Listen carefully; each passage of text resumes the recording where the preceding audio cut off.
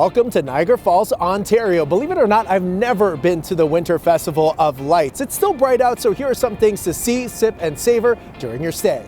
With daylight on your side, you gotta take some time to marvel at one of the greatest wonders of the world. The Niagara Falls is anywhere from 21 to 34 meters tall and brings in close to 12 million visitors a year. It's a beautiful time to visit in the winter, so we have the Winter Festival of Lights happening right now, combined with the frozen falls, with the ice and snow all around Niagara Falls. Great time of year to visit. I've seen the falls from the street, I've seen it from my hotel room, but I'm gonna see it a different way today. So you're at Journey Behind the Falls. This is the closest that you're gonna get to the Canadian Horseshoe Falls. So you take an elevator down about 13 stories, stand at the base of the falls, you can look up, they're all around you. Really appreciate and feel the power of the falls from that perspective. Being that close is both scary and surreal, especially when you realize it's been around for 12,000 years. If you have 12 minutes to spare, take flight with Niagara helicopters. Soaring through the skies, you'll see a bird's eye view of the Canadian Horseshoe Falls. A short drive will transport you to another world.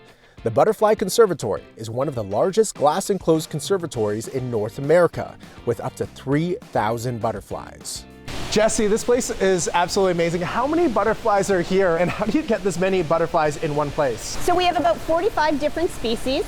40% of what you see in here we breed in-house. So many of our long wings, like our post wings and our tiger eyes, they're breeded here, but we get shipments from Costa Rica, El Salvador, as well as the Philippines. Warm, humid, and tropical, take in the exotic blooms on the 180-meter pass. And if you stand still, this might happen. So just outside, it's like fall winter temperatures right now, but in here it feels like a tropical getaway. What does it take to create the perfect climate for butterflies?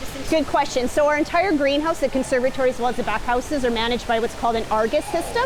The humidity, the moisture, the temperature, everything is managed and recorded through that system, and we're constantly monitoring it. And for families and people who come down here, what do you hope they take away from this experience? Well, we always talk about majestic monarchs, so I think part of it is just that beauty of the butterfly, but as well as the wonder to watch the butterflies as they soar through the air and they siphon nectar. Refuel and relax with some blunch. Yes, you heard me. Brunch plus lunch equals blunch. Boy math. From savory skillets to Wagyu smash burgers, you'll have plenty of options. Me, I had to try the $1 Million Bacon Tree, a bourbon maple-coated confectionery.